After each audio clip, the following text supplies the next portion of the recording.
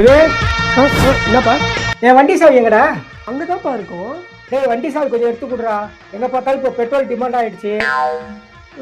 அதனால போயிட்டு என் வண்டியை ஃபுல்லா போய் பெட்ரோல் ஃபில் பண்ணி தர போறேன். அப்புறம் உன் வண்டியும் போய் பெட்ரோல் ஃபில் பண்ணிக்கோ. அது இல்லாம ஒரு 2-3 பாட்டில் இருந்தா கொடு, அதுலயும் போய் பெட்ரோல் பிடிச்சிட்டு வந்துடலாம். கிளம்ப ரொம்ப மோசமா வர மாதிரி இருக்கு. இன்னும் அவ்வளவு பெரிய பிரச்சனை எல்லாம் ஆவே இல்லப்பா. அப்பப்பா உன் இஷ்டம், நான் கிளம்புறேன்ப்பா.